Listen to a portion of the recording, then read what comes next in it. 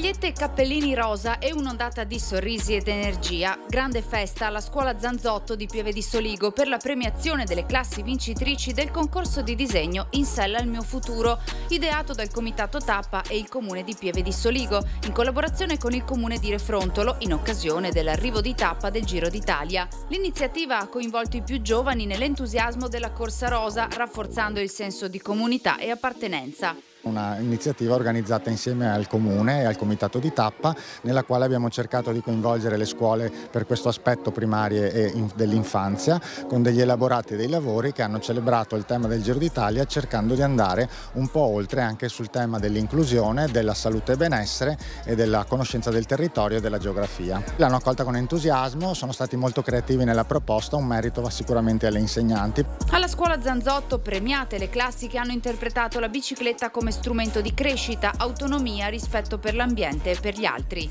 È stata una cosa meravigliosa coinvolgere tutte le scuole del territorio per far sì che hanno parlato di ciclismo, hanno fatto delle cose belle e delle inventive meravigliose hanno fatto, perché basta vedere gli elaborati che hanno fatto qua, è una cosa che ti riempie il cuore di gioia veramente.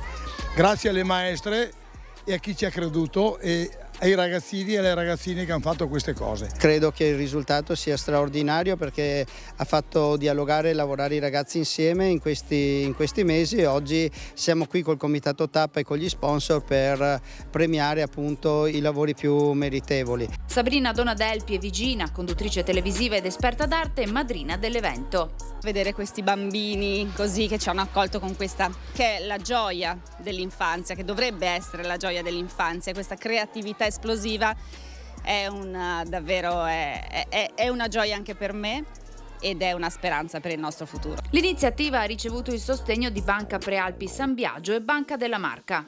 Oggi è una giornata importante per questa scuola, per le scuole elementari, ma nella realtà lo è per tutto il territorio di Pieve di Soligo e per tutto il nostro territorio.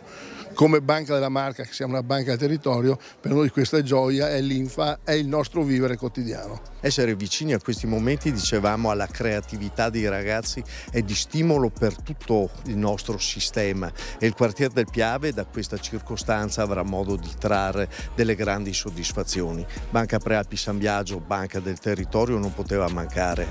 Gli studenti hanno ricevuto delle borracce rosa donate da Savno, Contarina, Piave Servizi e ATS. Ospite speciale della premiazione una Fiat 500 rosa d'epoca, gentilmente concessa da un'azienda del territorio.